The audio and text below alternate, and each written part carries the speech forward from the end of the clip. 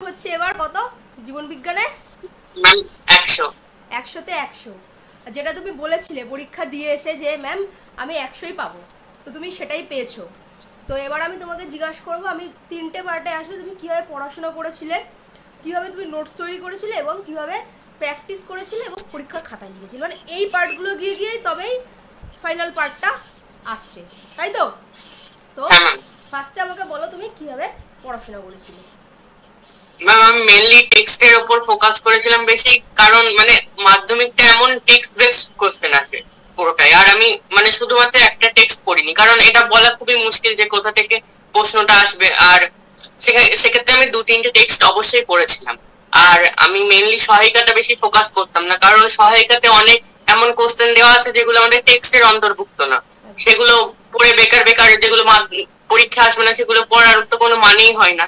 তাই জন্য আমি টেক্সটটা বেশি পড়তাম। আর সহায়িকা মোট কথা পড়িনি, সহায়িকা ওই বড় কোশ্চেনের জন্য জাস্ট একটু পড়তাম, যাতে মানে ভালো করে লিখতে পারি এবং নিজের মতো লিখতাম।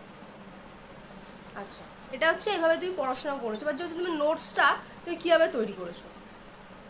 ম্যাম প্রথমত নোটসটা আমি আগে ভালো করে স্যারদের কাছে বুঝে নিয়েছি, টিউশন টিচারদের কাছে। তারপরে বাড়ি এসে ওটা একবার পড়েছি, দিয়ে তারপরে সহায়িকা একবার পড়েছি, দিয়ে সেটাকে যতটা আমি বুঝলাম সেটা নিজের মতো করে লিখেছি, নিজের দিয়ে সেটা থেকেই আমার নোটস খাতায় তৈরি তৈরি হয়েছে। করেছো, মানে তোমার হুম মতে কি যে একটা নোটস খাতা অবশ্যই তৈরি করা দরকার, যেটা হুম কিনা হুম, ক্লাস হ্যাঁ 11-এ সেটা তোমরা যখন অবশ্যই। পড়ছো, যেটা আমি যে তোমাদের তৈরি করাচ্ছি এবং তোমরা হোমওয়ার্ক ডেলি জমা হ্যাঁ দিচ্ছ, তাই তো?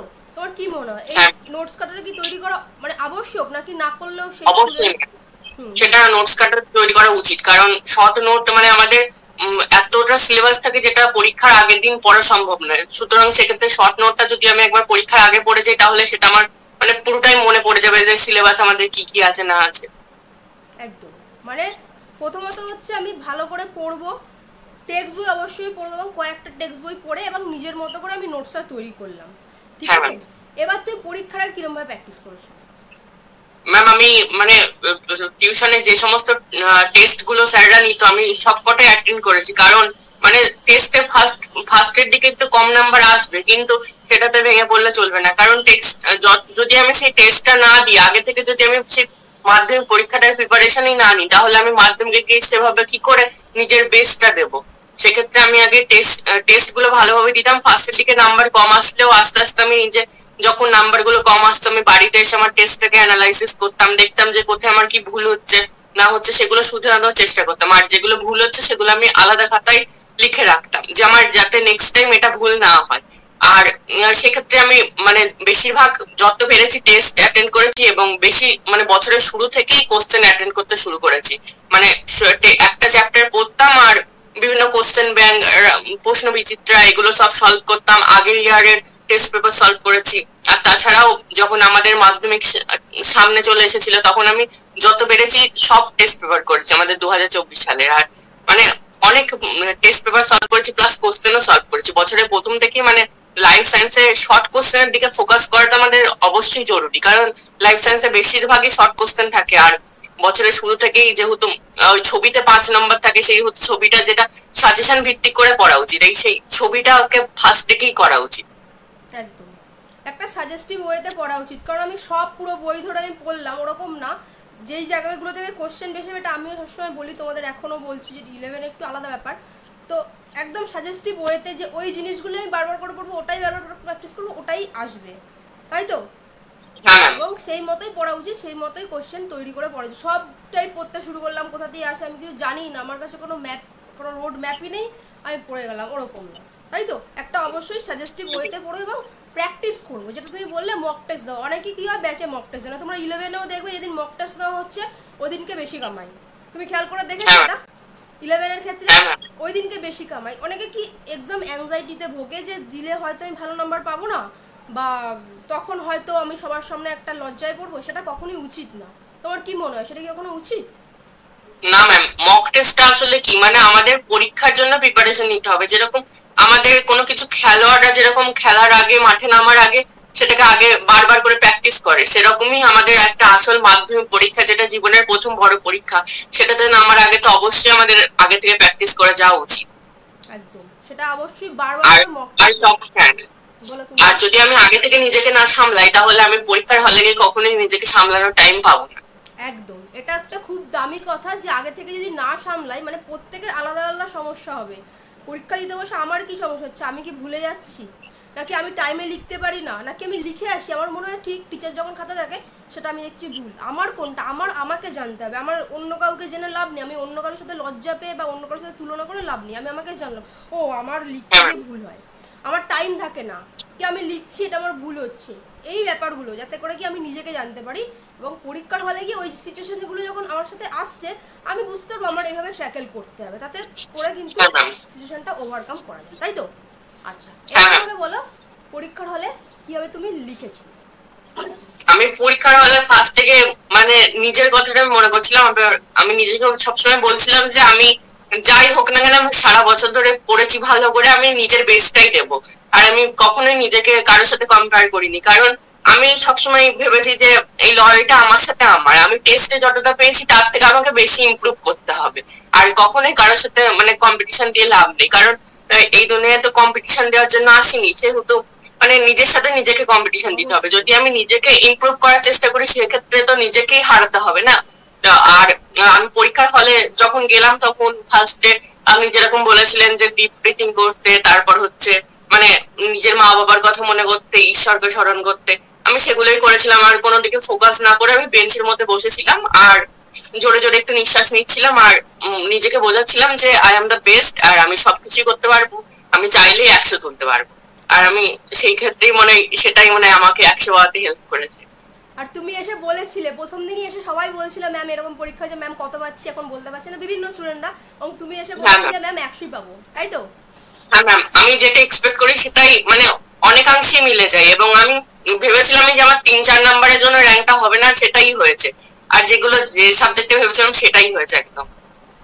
আশা করছি উচ্চ মাধ্যমিকে হয়ে যাবে র্যাঙ্কটা, হ্যাঁ ঠিক ম্যাম। আছে? এবং হ্যাঁ যেভাবে তুমি পড়াশোনা করছো, অবশ্যই ম্যাম, আমি আমার বেস্টটা দেওয়ার চেষ্টা করবো। একদম আর সেক্ষেত্রে র্যাঙ্ক হয়নি কিন্তু কোনো ম্যাম আমার আফসোস নেই, কারণ আমি যেহেতু বছরের শুরু থেকে ভালো করে পড়েছি আর আমি নিজের বেস্টটা দিয়েছি, এটাই এনাফ আমার কাছে। একদম, এটাই সবচেয়ে বড় কথা। আমি নিজের বেস্টটা দিয়েছি, আমি যেটুকু পেয়েছি আমার কাছে ঠিক আছে, এবং আগামী দিনে আমি আরো ভালো করে আমি করব, আরো ভালো করে চেষ্টা করবো। হ্যাঁ তুমি ম্যাম। সেটাই করছো, 11-এর ব্যাচে যথেষ্ট ভালো পারফরমেন্স, এবং ধরো তুমি আরেকটা পড়ে এসে আরেকটা পড়ে মানে জাস্ট ফিরে এসেই ক্লাসটা জয়েন করছো, তাই তো? হ্যাঁ ম্যাম। এবং কোনো ক্লান্তি ছাড়া, এটা সায়েন্স স্টুডেন্টদের করতেই হবে।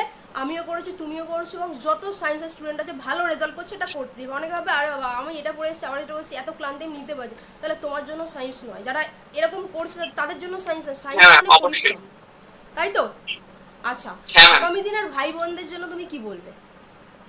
ম্যাম, আমি বলতে চাই যে বছরের শুরু থেকেই ভালো করে পড়া উচিত, কখনোই ফাঁকি দেওয়া উচিত না। কারণ তুমি ফাঁকি দিয়ে কি করবে? তুমি যদি ফাঁকি দাও তোমার মা বাবাকে ফাঁকি দিচ্ছ, তুমি নিজের সাথে ফাঁকি দিচ্ছ। টিচার, তুমি মক টেস্ট অ্যাটেন্ড করছো না, ক্লাস অ্যাটেন্ড করছো না, ঠিকঠাক করে পড়ছো না, লোকের দিকে টুকলি করে লিখছো, সেটাতে কি হবে? অ্যাটলিস্ট তো তুমি নিজে কিছু শিখতে পারবে না। পরীক্ষায় নাম্বারটা ম্যাটার করে না কখনো। হয়তো তুমি পরীক্ষার হলে বসে অন্যজনের দেখে ভালো নাম্বার তুলেও ফেললে, কিন্তু সেটা জীবনের ক্ষেত্রে কতটুকু কাজে লাগবে? কোনো না কোনো কম্পিটিটিভ এক্সামে তো সেটাকে তুমি পারবে না তখন। আর জীবন আমাদের কখনো কখনো শিক্ষা দেবেই যদি তুমি এরকম করো। আর আমি সবসময় বলবো যে নিজের উপর বিশ্বাস রাখাটা খুব জরুরি, কারণ নিজের উপর যদি তুমি বিশ্বাস না রাখো তোমাকে কেউ হেল্প করতে পারবে না যে তুমি একদম টপ লেভেলে যাবে। একদম, দেখো ও যেটা বললো যে লড়াইটা আমার নিজের সাথে নিজের, এটা আমি সবসময় বলি, এবং আমি নিজেও ফিল করেছি যে লড়াইটা আমার নিজের সাথে নিজের, আমার অন্য কারোর সাথে বা অন্য টিচারদের সাথে আমার লড়াই করে লাভ নেই। আমি নিজেকে কীভাবে ইমপ্রুভ করব, আমি কী করে আমার ছাত্রদের ভালো করে পড়াবো, এটা আমার লড়াই। মানে আমার সাথে আমি যেই প্রফেশনে, তোমাদের প্রফেশনটা হচ্ছে পড়াশোনা করা এখন, তো তোমরা লড়াইটা কি তোমার নিজের সাথে নিজে, যেটা ও বললো যে আমার টেক্সটের থেকে আমার ভালো করতে হয়, আমার লড়াইটা আলটিমেট আমার নিজেকে নিজে হারাতে হবে, হারিয়ে ওপরে যেতে হবে।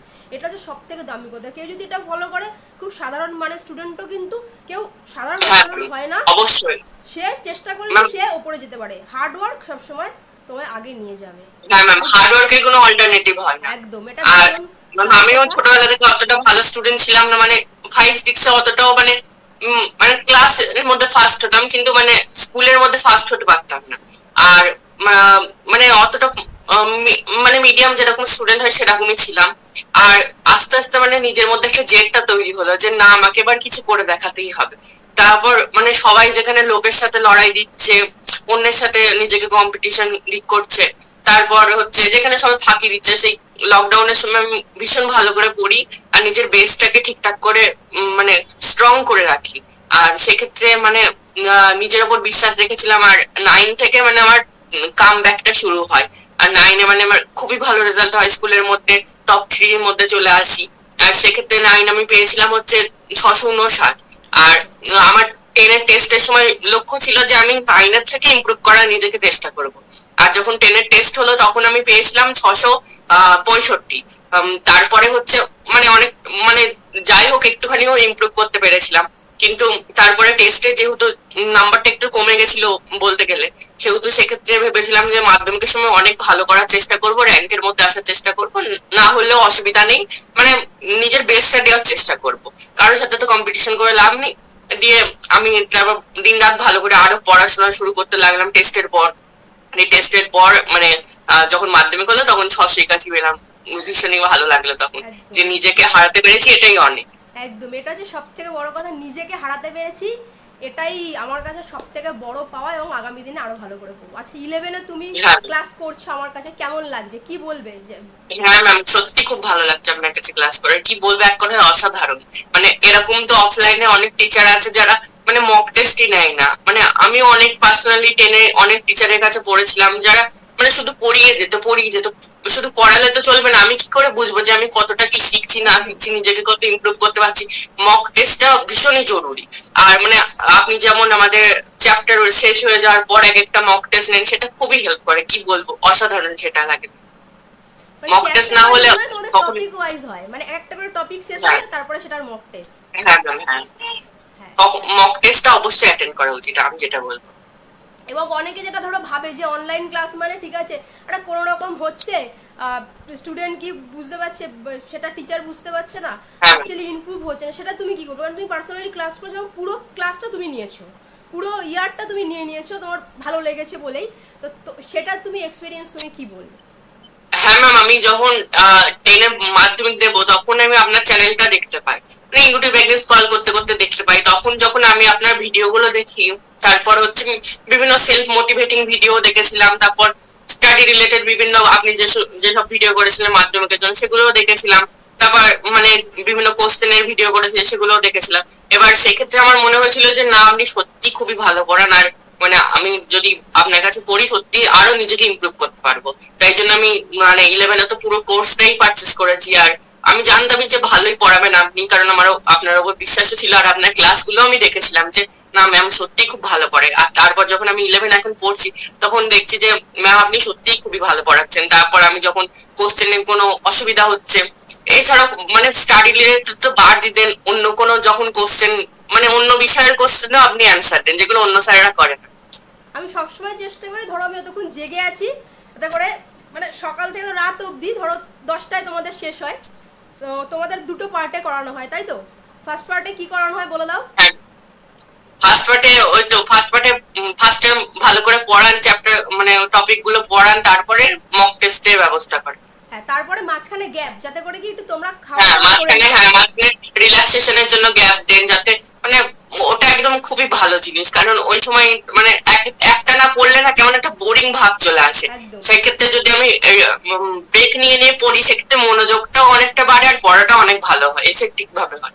একদম, যে আধ ঘন্টা তোমরা খাওয়া দাওয়া করে নাও রাতে, বা যেটা খুশি করে নাও, একটু রিল্যাক্স হয়ে যায়, তারপরে আবার আমরা করবো কমপ্লিট খাতা চেকিং, বা প্রত্যেক দিন তোমাদের যে আগের দিনের খাতা চেকিং বা মক টেস্টের ব্যাপারগুলো, তাই না? ফার্স্ট সেমিস্টারে, সেকেন্ড সেমিস্টারে অন্য পদ্ধতিতে। ওকে, ঠিক আছে। আর ম্যাম আপনাকে তো কখনোই আমার ম্যাম বলে মনে হয় না, আপনাকে মনে হয় নিজের বন্ধুর মতো।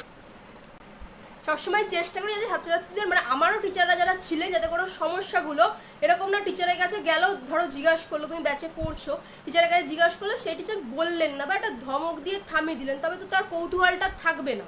তাতে করে তাদের কৌতূহলটা, বিশেষ করে সায়েন্সের স্টুডেন্ট, যাতে কৌতূহল বাড়ে এবং তারা কোশ্চেন করতে পারে, এবং উত্তর মানে উত্তরটা নিয়ে তারা যাতে সেই কৌতূহলটা মেটাতে পারে, এবং সায়েন্সের আরও প্রোডাক্টিভ কোশ্চেন তাদের মধ্যে আসে, ঠিক আছে?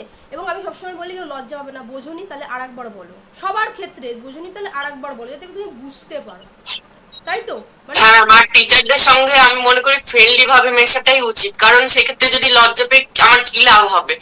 মানে একটা কনফিডেন্স নিজের মধ্যে থাকা উচিত, আর টিচারদের সঙ্গে তো ফ্রেন্ডলি ভাবে মেশা উচিত। আর যেই টিচার তোমার অ্যান্সার দিচ্ছে না, তোমার কোশ্চেনের মানে খিদেটা মেটাচ্ছে না, সেই টিচারের কাছে পড়া উচিত না, আমি যেটা মনে একদম, করি। আমিও এটাই পার্সোনালি মনে করি। ধরো অনেকে অনেক বড় বড় ইনস্টিটিউট অনেক জায়গায় পড়ছে অনেক কিছু, কিন্তু অ্যাকচুয়াল যেটা লাভটা হচ্ছে না, মানে সবাই যাচ্ছে আমিও চলে যাচ্ছি, আমার লাভ হচ্ছে না। আমি ওখানে পড়তে যাচ্ছি, মজা মস্তি করতে যাচ্ছি না, আমি ওখান থেকে পড়া আমি নিয়ে আসবো। আমি পারি না বলে আমি যাচ্ছি, এটা ভেবে যেতে হয় আমি পারি না বলে যাচ্ছি। যদি সব পারতাম তাহলে আমি নিজেই করতাম, আমি তাহলে যাবো কেন, তাই না? তাই এক নম্বর হচ্ছে সায়েন্সের স্টুডেন্টদেরকে লজ্জা পাওয়া উচিত না, আমি এটা পারছি না আমি জিজ্ঞেস করব, ঠিক আছে? এবং টিচারকে উচিত সেই কৌতূহলটা মেটানো। হয়তো অন্য একটা টপিক ক্লাস চলছে, সে একটা অন্য কোশ্চেন করলো, তখন যদি না পরে বলে দেওয়া, অফলাইন ব্যাচ হলে পরে বলে দাও, অনলাইন ব্যাচ হলে পার্সোনালি তাকে বলে দেওয়া। এবং আমি এটা তোমাদের বলি, ধরো কেউ এটা কিছু জিজ্ঞাসা করলো, আচ্ছা তাহলে এটাতে টপিকের মধ্যে না, তুমি আমাকে পার্সোনালি মেসেজ করো, আমি তোমাকে সেটা বলে দেবো, তাই না? এটা এটা মেটানো উচিত। আর একটা জিনিস আমি বলবো, যেটা টিচারকে অবশ্যই, যেটা তুমিও বললে যে আমি পড়ে যাচ্ছি কি হচ্ছে আমি বুঝতে পারছি না, যেটা কি মক টেস্ট ব্যাপারটা, যে একটা শেষ হলো আমি যাতে জানতে পারি যে আমি এতটা আমার হয়েছে, টিচারও জানতে পারে আচ্ছা আমার স্টুডেন্টটা এই জায়গাটায় আছে, তাহলে কি এইভাবে গাইড করতে হবে, ঠিক আছে? এবং এরকম না আমি যাচ্ছি আসছি পড়তেছি, আমি যেন কন্টিনিউস বুঝতে পারি আচ্ছা আমার এইটুকু হয়েছে, আচ্ছা এই জায়গাটা আমার ভীষণ ঘাটতি, এটা আমাকে ভালো করে পড়তে হবে, এই যে ব্যাপারগুলো, তাই তো? মানে মক টেস্ট দেওয়াটা জরুরি, আরও জরুরি হচ্ছে খাতা চেকিং করা, ছাত্র কী লিখে তার খাতা চেকিং করা, এই সমস্ত কিছু হয়তো তোমাদের 11। হ্যাঁ ম্যাম, অবশ্যই সবকিছুই হয় ম্যাম।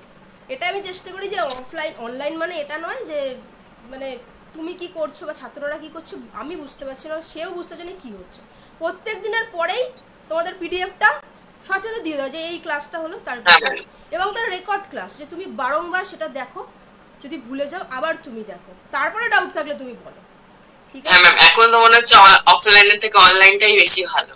হ্যাঁ, আমারও দেখছি আমার পড়ানোর ক্ষেত্রে ধরো বিভিন্ন ছবি দেখানো, অ্যানিমেশন দেখানো, সমস্ত কিছুর ক্ষেত্রে, এবং যে কোনো সময় ডাউট সলভ করা, আমারও মনে হচ্ছে যে অনলাইনটাই হয়তো বেটার মানে পড়ানোর ক্ষেত্রে। কিন্তু তবে কি ছাত্রর খাতা চেক করতে হবে, ছাত্রকে খাতা জমা দিতে হবে, অনেকে খাতা জমা দেয় না, তো লাস্টের দিকে তারা লেফট করে যায়, তারা জয়েন করে না। এবার যদি তারা এরকম করে তাহলে তাদেরকে আমি কীভাবে আসবো, তাকেও করতে হবে আমাকেও করতে হবে। তারা বুঝছে না যে তারা নিজেকে ঠকাচ্ছে, এটারে স্যার ম্যামদেরকে মিথ্যা কথা বলে কি তাই এসে যাবে তাদের। একদম, তারা বুঝতে পারছে না, দেখো তারা নিজেদেরকেই ঠকাচ্ছে। আর অনেক স্টুডেন্ট আছে যারা দেখছে যে স্যারদের একটা টিচারের বড় বড় ডিগ্রি আছে, স্যারটা পড়াচ্ছে, তার অন্য সব বন্ধুগুলো চলে যাচ্ছে ওখানে, তারপর সেই স্টুডেন্টটা ওখানে যখন পড়ছে তখন যদি তার মনে হয় যে না ভালো আমি সেখানে বুঝতে পারছি না, সেখান থেকে বেরিয়ে আসাই ভালো। যে নিজেকে কখনো মনে করা উচিত না যে আমার ওই বন্ধুটা বুঝছে আমি কেন বুঝতে পারছি না, নিশ্চয়ই আমার মধ্যে কিছু কমজোরি আছে, সেটা ভাবা উচিত না। যদি তুমি না বুঝতে পারো তাহলে সেটা বেরিয়ে আসা উচিত সেখান থেকে, কারণ স্যারের ডিগ্রি নিয়ে তোমার কি এসেছে। একদম, তার ডিগ্রি নিয়ে তোমার কিন্তু কিছু না। একজন স্টুডেন্ট সে শিখছে, আবার টিচারকেও শিখতে হচ্ছে। আমাকেও বিএসসি এমএসসি পাস করার পরে টিচার্স ট্রেনিংয়ে ডিগ্রি নিতে হয়েছে, কিন্তু ডিগ্রির কথা আমি বলবো না, আমাদের কলেজে ভীষণ স্ট্রিক্টলি পড়াতো, এবং ছাত্রদের কীভাবে মানে পড়াতে হয় সেই এনভায়রনমেন্টে পাঠিয়ে দেওয়া, একটা কঠিন স্কুলে পাঠিয়ে দেওয়া। আমি যে দুটো স্কুল থেকে পড়িয়েছি, কাস্তাপাড়া হার্ডেন্ড হাই স্কুল, এখন হালিশহর হাই স্কুল, এই হালিশহরের মধ্যে বা কাস্তাপাড়ার মধ্যে সব থেকে বলতে পারো খতরনাক দুটো স্কুল, যে কোনো স্কুলে আমাকে পাঠিয়ে দিক আমি পড়িয়ে দিতে পারবো, কারণ আমাকে আবার ট্রেনিং দেওয়া হয়েছে, এবং আমি কিন্তু ট্রেনিং থেকে পালিয়ে আসিনি যে না আমি ওই স্কুলটা চুজ করবো না, এরকম কিন্তু না, ঠিক আছে ওখানে পাঠিয়েছি আমি ক্লাস করছি। সেই টিচারকেও শিখতে হবে, টিচারকেও অনেক ইমপ্রুভ করতে হয়, এবং ছাত্রদের কার কোথায়, প্রত্যেকটা ছাত্র আলাদা, কেউ ধরো খুব ভালো বুঝতে পারছে কেউ পারছে না, প্রত্যেককে দেখতে হবে, ঠিক আছে?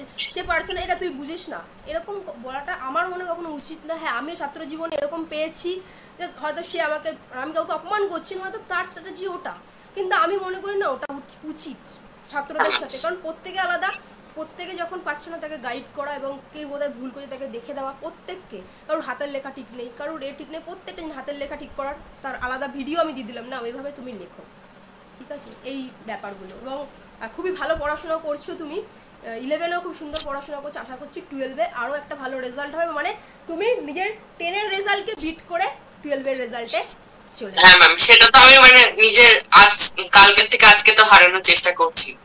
একদম, ভেরি গুড, এটা হচ্ছে সব থেকে ইম্পর্টেন্ট, ঠিক আছে?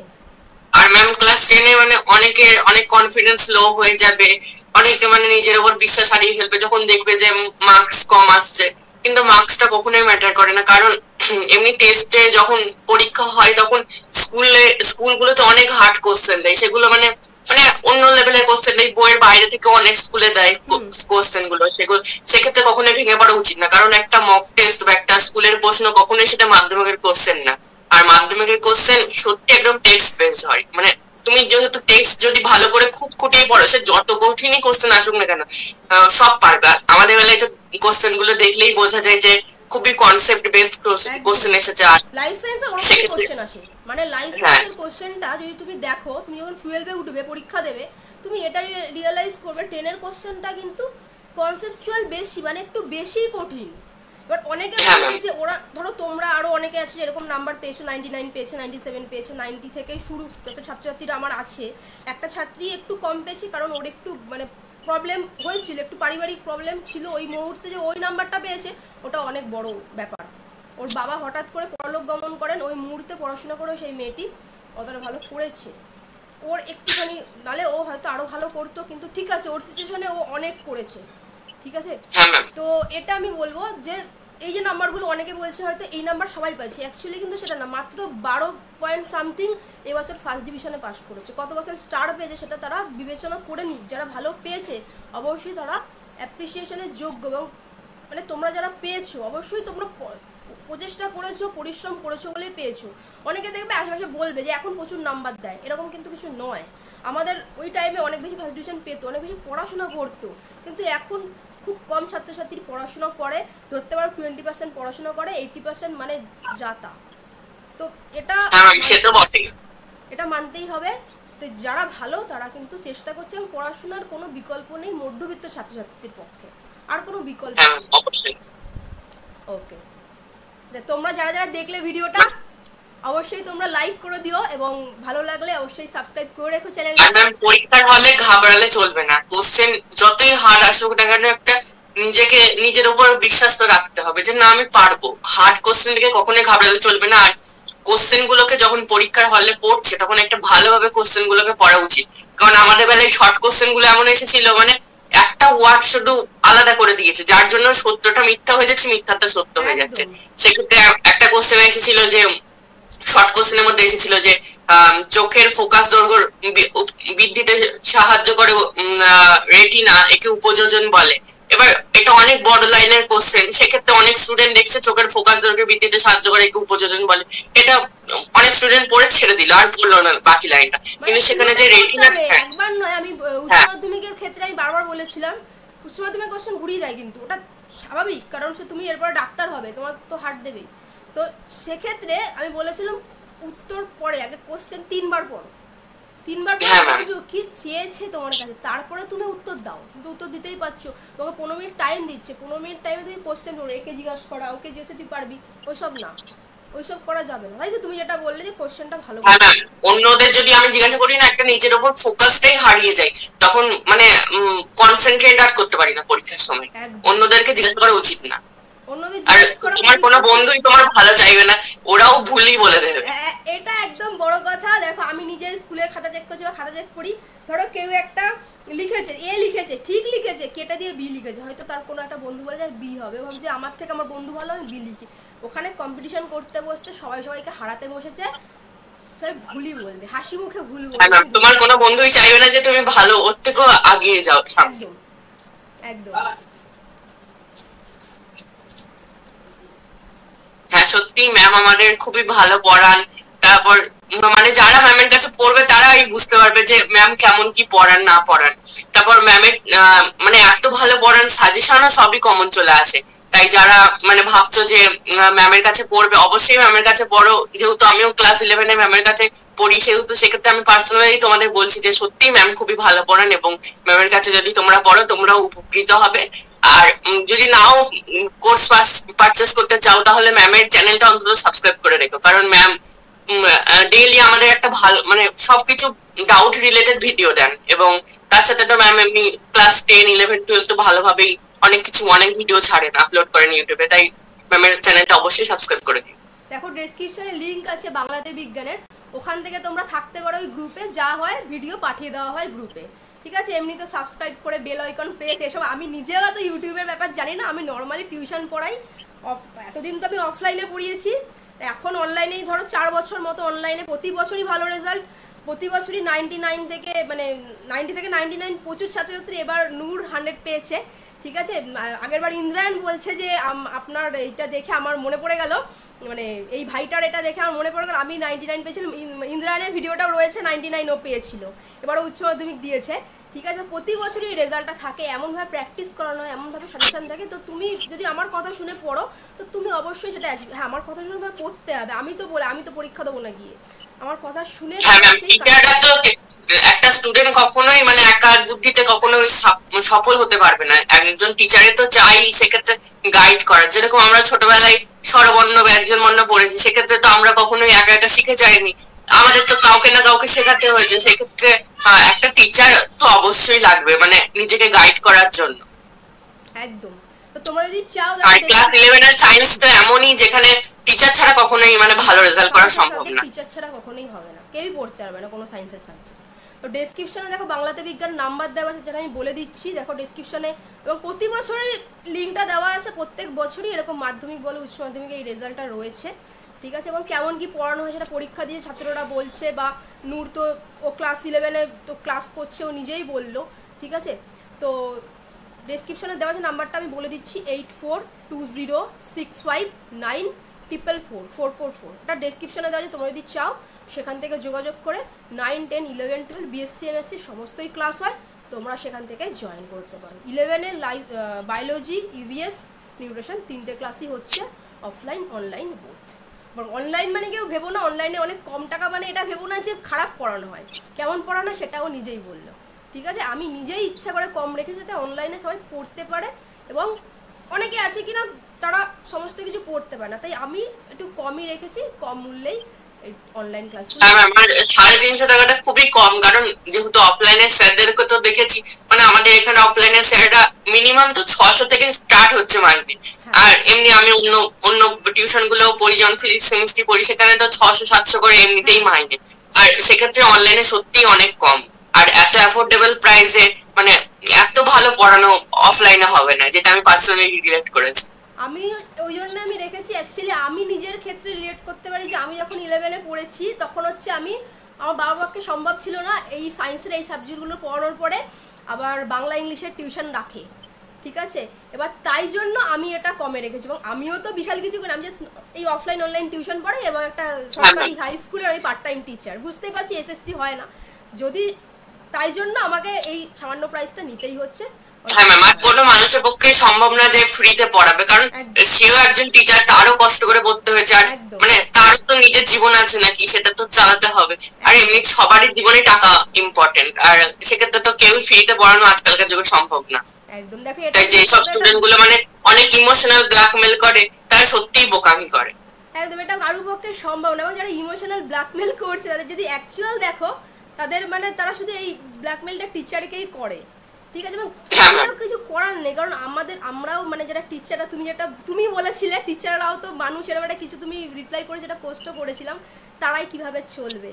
এবং বর্তমান যুগে যা অবস্থা, মানে সবাই দেখতেই পাচ্ছে যে এসএসসি হচ্ছে না, যারা শিক্ষিত ছেলেমেয়েরা যে তাদের সত্যি, তবুও আমি দেখো পড়াশোনা করেছিলাম বলে আজকে পড়াচ্ছি, পড়িয়ে আমি চলে যাচ্ছে, কিন্তু যদি না পড়াশোনা করতাম কি করতাম। তাই আমি সবসময় বলবো মধ্যবিত্ত ছেলে মেয়েদের পড়াশোনা ছাড়া এগোনোর কোনো রাস্তা নেই, যে যাই বলুন। হ্যাঁ ম্যাম, পড়াশোনা কোনোদিনও তোমাকে ঠকাবে না, পড়াশোনাটা মেন একদম। পড়াশোনা কোনোদিনও তোমায় ঠকাবে না, এটা সব থেকে দামি কথা। আচ্ছা ঠিক আছে নূর, সবাই কিন্তু ম্যাম একদিন ছেড়ে চলে যাবে, কিন্তু পড়াশোনাটা কখনো ছাড়বে না। এটা আমাদের প্রিন্সিপাল ম্যাডাম আমাদের বলতেন, তুমি এটা বললে বলে আমার মনে পড়লো, আমরা এখন ফার্স্ট দিন কলেজে গেছি, জুলজি ল্যাবে বসে আছি, প্রচুর মানে আমি গার্লস কলেজে পড়তাম, প্রচুর মেয়েরা একসাথে, প্রিন্সিপাল ম্যাডাম এলেন ওই দিনকে, উনি এসে বললেন একদিন তোমাকে সেটা সবাই চলে যাবে, তোমার বন্ধু বান্ধবরা চলে যাবে, তোমার মানে বাবা মাও একদিন না একদিন তারাও চলে যাবে, কালের নিয়মে যেতেই হবে প্রত্যেককে, তোমার ভাই বোনেরা তারাও তাদের লাইফে ব্যস্ত হয়ে যাবে, তোমার যে লাইফ মেটার থাকবে সে চলে যেতেও পারে, বা একটা টাইম পরে সে, সবাই তো সারা জীবন বাঁচবে না, চলে যাবে, কিন্তু তোমার সাথে কে থাকবে, তোমার শিক্ষা, তো পড়াশোনা, আর হচ্ছে সুস্থ শরীরটাকে ভালো রাখতে হবে।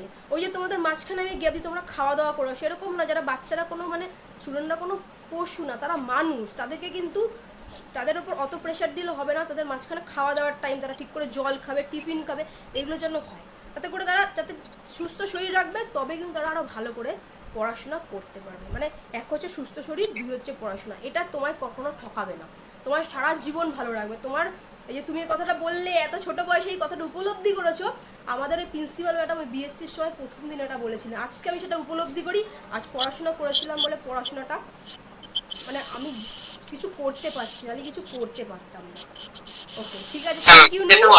চলো কাল আবার দেখা হচ্ছে। হ্যাঁ হ্যাঁ ম্যাম, অবশ্যই কাল আবার দেখা হচ্ছে thank you so online much. ক্লাসে। চলো অফ করছি। আর ভিডিওটা ভালো লাগলে অবশ্যই তোমরা তোমাদের মাধ্যমিকের সমস্ত বন্ধু বান্ধবদের শেয়ার করে দিও, শুধু মাধ্যমিক না, 11 উচ্চ মাধ্যমিক। কারণ ও যে ইম্পর্টেন্স কথাগুলো বলছে সবাই মানে অনেক ইন্টারভিউ তো থাকে টিভিতে, বিভিন্ন ইন্টারভিউ, যারা জিজ্ঞাসা করছে তারা কি জিজ্ঞাসা করতে হবে ছাত্রদের থেকে যারাই জানেন, সেটাই তারা ঠিক করে জানে না যে কী অ্যাকচুয়ালি জিজ্ঞাসা করবো, কী জানবো, তাতে করে আগামী দিনে উপকার হয়। ঠিক আছে, ও ভীষণ ইম্পর্টেন্স সমস্ত কথার সিক্রেটগুলো বলে দিয়েছে। ঠিক আছে, অনেকে বলে না, কিন্তু কিন্তু সব বলে দিয়েছে। ওর যে সিক্রেট মাধ্যমিকে 100তে 100 সেই সিক্রেটটা বলে দিয়েছে, কীভাবে পড়াশোনা করেছে সমস্ত কিছু। তোমরাও কিন্তু সেইভাবে এগিয়ে সেই রাস্তায় যদি যাও, অবশ্যই সেই নাম্বারটাকে অ্যাচিভ করে নিতে পারবে, তাই তো? ঠিক আছে, আমার বছরের শুরু থেকেই কোশ্চেন প্র্যাকটিস করতে হবে, এটা মেন। আর টেস্ট পেপার যত বেশি কোশ্চেন প্র্যাকটিস করবে, মানে কোনো পরীক্ষা হলে কোশ্চেন আটকাবে না। আর যত বেশি শর্ট কোশ্চেন প্র্যাকটিস করা যাবে না, বট কোশ্চেন গুলো ওই শর্ট কোশ্চেনের মাধ্যমে লিখে দেওয়া যাবে। যেটা আমিও মানে আমাদের বট কোশ্চেনে কি এসেছিল, অনেক শর্ট কোশ্চেন এসেছিল, 3 নম্বরের শর্ট কোশ্চেন এসেছে আর 2 নম্বরের এমনি বড় কোশ্চেন এসেছে। আর সেক্ষেত্রে শর্ট কোশ্চেন গুলো বিশালই হেল্প করেছে। আর কনসেপ্টটা বুঝলে না নিজে থেকেই অ্যানসার করা যাবে। কনসেপ্টটা আগে বুঝতে হবে, যে শুধু মুখস্থ করে নেবো সেটা না। আমি ধরো মাধ্যমিকের ব্যাচে অনেকে আছে, 11 এর ব্যাচে আছে, তারা ধরো ভিডিও ক্লাসে আসলে অনেকে দেখে, অনেকে কি করে শুধুমাত্র আমি নোটস দেবো। আরে নোট তুমি কি ইতিহাস পড়ছো যে তুমি শুধু নোট? কনসেপ্ট বুঝতে হবে। এখন তো তোমার ফার্স্ট সেমিস্টার, সেকেন্ড সেমিস্টারে আরও যখন আসবে পুরো কনসেপ্ট বুঝতে হবে। ধরো তোমাকে আমি বোর্ডে লিখে বোঝাবো, এই যে দেখো একটা 12-এর একটা ক্লাস রয়েছে, এই ক্লাসটা করাতে আমার পুরো 2 ঘন্টা লেগেছে। ওরা লিখবে কত মিনিটে? 15 মিনিটে লিখবে, বুঝতে তো 2 ঘন্টা লেগেছে। ঠিক আছে, এটা হচ্ছে সায়েন্স। তোমার বুঝতে বেশি কোনো সময় লাগবে, তখন তুমি লিখবে, তোমার কনসেপ্টটা মাথায় থেকে যাবে, তারপরে আর কোনো তোমার সময় নেই। এটাই সায়েন্স, তোমার বোঝাটাই মেন। তুমি যদি বুঝতে পারো তুমি সব পারো, না বুঝতে পারো তাহলে তোমার মনে হয় সায়েন্স কি কঠিন, পাচ্ছি না, আমার হচ্ছে না। বোঝাটাই মেন, বুঝে গেলে সায়েন্স হচ্ছে সব থেকে সোজা আর সব থেকে interesting subject. Okay thank you. আর ম্যাম সবথেকে রিভিশনটা ইম্পর্টেন্ট, রিভিশন তো দিতেই হবে। মানে আমি এগিয়ে যাচ্ছি। অনেকে জিজ্ঞেস করে ম্যাম সিলেবাস কবে শেষ করবেন? তোমাদের ব্যাচে দেখবে অনেকে জিজ্ঞেস করে ম্যাম সিলেবাস কবে শেষ করবেন? সিলেবাস শেষ হলো তো, সিলেবাস যদি শেষ করতে আমি মানে ফটাফট পড়িয়ে দিয়ে সেটা করে দিয়ে ম্যাম সেটা ওটা ভাবা বোকামি, কারণ ওটা স্যার ম্যামদের দায়িত্ব। স্যার ম্যামরা ঠিকই একসময় সিলেবাস শেষ করে দেবে, কিন্তু নিজের তো উচিত যে যেগুলো মানে যে পড়াগুলো হয়ে যাচ্ছে সেগুলো আগে আবার রিভিশন দেওয়া। কারণ আমাদের ব্রেন তো মানে 10-15 ঘন্টা পরই তো সব ভুলে যায়, এমনিতে 50% 80% ভুলেই যাবে। সেক্ষেত্রে মানে রিভিশনটা মেন। আর যত বেশি রিভিশন দেওয়া যাবে না, পরীক্ষার হলে একদম ক্লিয়ারলি মনে পড়বে। অনেক স্টুডেন্ট আছে যাদের মানে কোশ্চেন কমন পেয়েছে, এবার ফার্স্ট লাইন আর মনে পড়ছে না বলে লিখতে পারছে না কোশ্চেনটা। সেক্ষেত্রে ওই রিভিশনটা না দেওয়ার জন্য এরকম। এবং দেখো এটা আমি 12-এর ব্যাচেও বলি, সমস্ত ব্যাচেই বলি, রিভিশন মানে তোমাদের বলি না, মাঝখানে ধরো কোনোদিন যদি শর্ট কোশ্চেন, যেমন কালকে শর্ট কোশ্চেন প্র্যাকটিস হবে, পরের দিনের জন্য হোমওয়ার্ক কিন্তু কিছু থাকছে না। ওই থাকছে না কেন? ওই থাকছে না এই জন্য তোমার রিভিশন করবে, তুমি বাড়িতে সেলফ রিভাইজ করবে। এটা দেখো কেউ কেউ করবে, তোমরা যারা আছো যারা ভালো স্টুডেন্ট করবে, কেউ কেউ দেখবে করবে না, তাদেরকে তো কিছু করেনি, যদি নিজে থেকে না করো, নিজে থেকে করতে হবে। ওই জন্য ওই গ্যাপটা দেওয়া হচ্ছে, তুমি সেলফ রিভাইজ করতে পারো। তোমার হোমওয়ার্ক দিচ্ছি না, হোমওয়ার্কটা হচ্ছে রিভিশন করা, তাই তো? আচ্ছা ঠিক আছে, থ্যাংক ইউ নূর। আচ্ছা ভালো লাগলে অবশ্যই তোমরা লাইক করে দিও ভিডিওটা, এবং যত মাধ্যমিকের ছাত্রছাত্রী আছে সবার মধ্যে শেয়ার করে দিও, যাতে তারাও এই নাম্বারটা অ্যাচিভ করে নিতে পারে। মাধ্যমিক উচ্চ মাধ্যমিক বোধ, কারণ ভীষণ ইম্পর্টেন্ট কিছু জিনিস বলে, যেটা সবার ক্ষেত্রে অ্যাপ্লিকেবল, শুধু লাইফ সায়েন্স না, সমস্ত সাবজেক্টের ক্ষেত্রেই অ্যাপ্লিকেবল, তাই তো? হ্যাঁ ম্যাম। ওকে চলো, থ্যাংক ইউ।